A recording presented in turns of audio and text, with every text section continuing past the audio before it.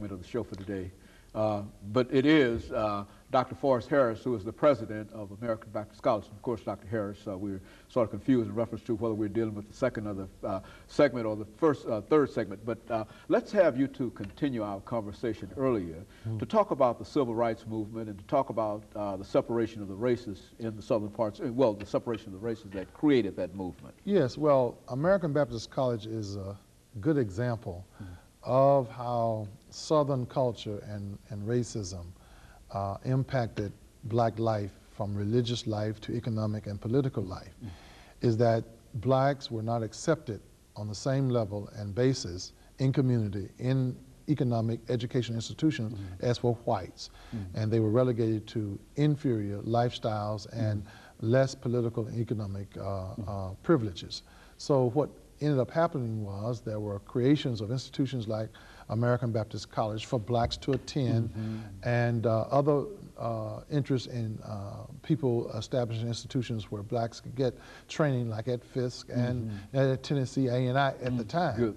But all these institutions represent an effort to have a place for blacks to be trained and to get education, separate and apart from white culture and white privilege and white power. But what ended up occurring in terms of the civil rights movement was that these places, though they were seen as inferior and treated differently and given less economic substance and support by the dominant culture, they ended up being incubators to produce some of the great leaders that we are celebrating today, and some of the great leadership that Nashville itself has experienced.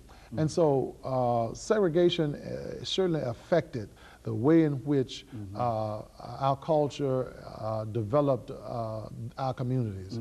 And that in itself proved to be a very, very hard thing in terms of the oppression that a lot of families, a lot of communities had to suffer, and therefore a lot of people who could have been educated, who could have reaped benefits from other accesses to other places, did not. And the poverty and the lack of education, the lack of jobs, all of that was a part of this segregated culture that the South, and particularly here in Nashville and other places, we saw happen. And it was a tragic time and a tragic history.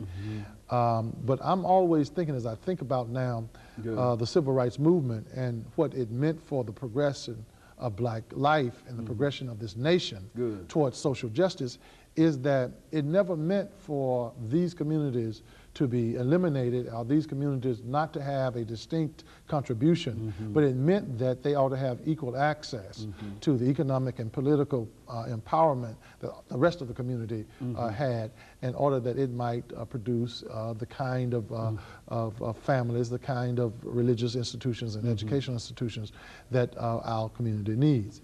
And American Baptist College fits right into that vision, because it's not an inferior institution. It's not an institution that has less to offer than any other institution as it relates to theological and biblical education. But over the years, as a result of suffering from the lack of economic resources and support, it has not been able to reach its full potential.